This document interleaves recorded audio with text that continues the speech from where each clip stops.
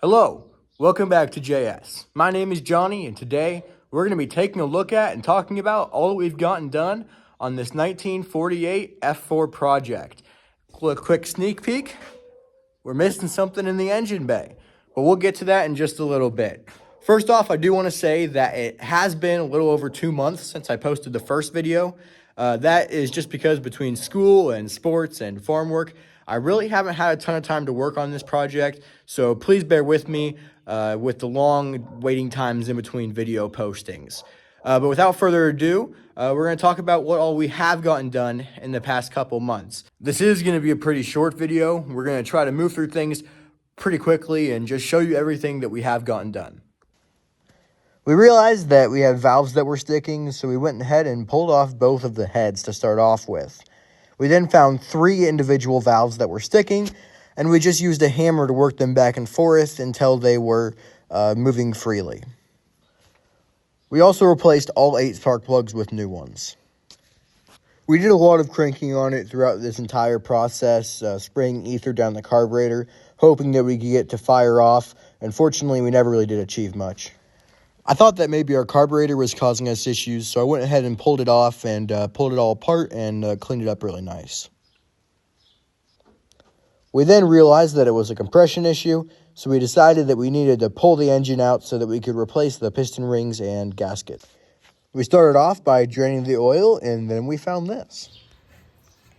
So as you can see here, there is oil in our coolant. So that means that we probably have a bad head gasket, and that's probably one of our big issues. So we're going to go ahead and continue to pull out the engine, and that will be one of the things we'll fix.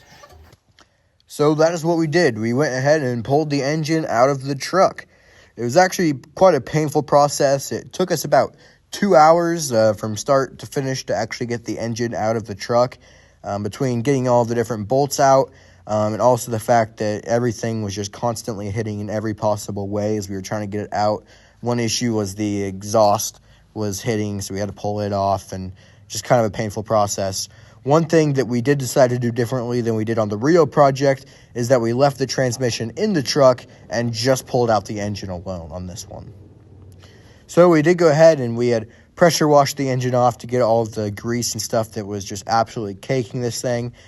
Get all of that off so it was a little bit nicer and cleaner. And then we pulled off both the heads and the intake manifold. And so that's how we got here with both the heads and the intake taken off, and it all nice and pretty clean. So that's all I have for you in today's video. Like I said, it was a very short, quick-paced video. As you can see here, everything is taken apart and the engine is sat down over here. We started working on getting the pistons out, but we encountered a pretty major issue, which I'll show you all about that in the next video and how we're going to solve that.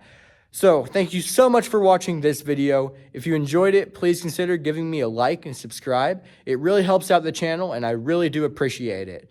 That being said, I hope to see you in the next video. Goodbye.